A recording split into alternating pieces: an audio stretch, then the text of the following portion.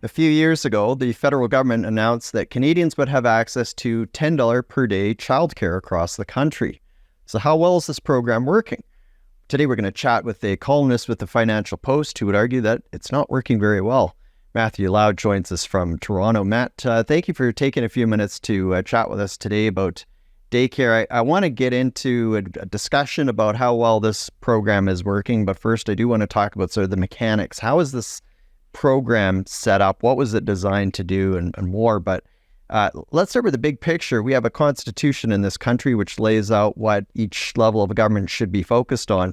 Does daycare really fit into the federal level or federal government's mandate? No, I don't think it does. Now, in terms of what the program is actually trying to achieve, it's very much based on the Quebec daycare model.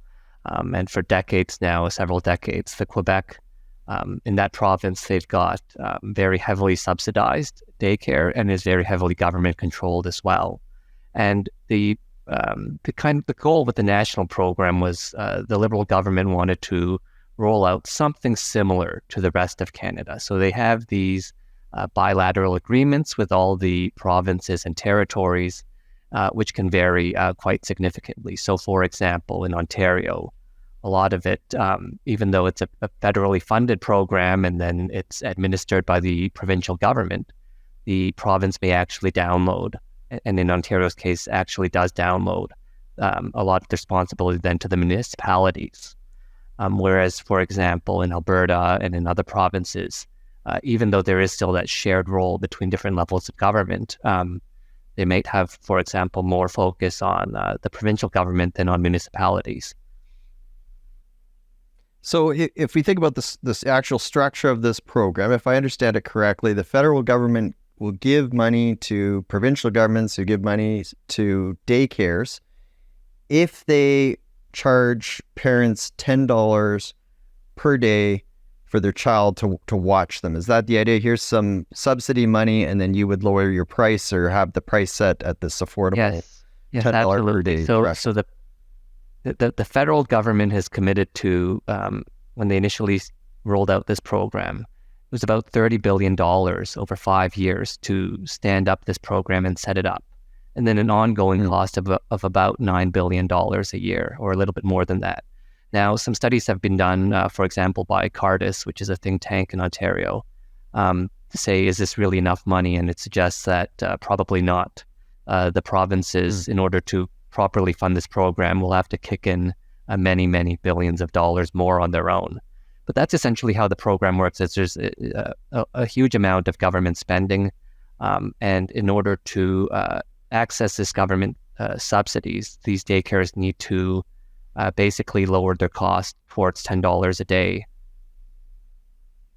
So you've got different provinces signing different agreements with the federal government for these dollars.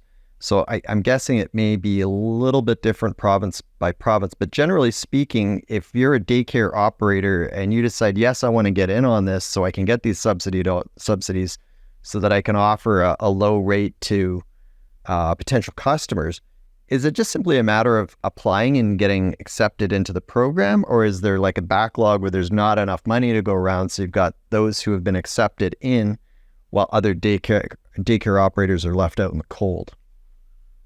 Well, there's a lot of hoops definitely to jump through in order to access this money. So, for example, and again, it varies by province, but for example, in Nova Scotia, there's very strict restrictions on private for-profit daycares. And the federal government has, in fact, said that they want to transition it towards a fully publicly funded and kind of government-operated system. Whereas in other provinces, so for example, Alberta, they've got something like 2/3 of their system is for profit. So obviously that it has to, they can't just kick out a whole segment that's serving the population.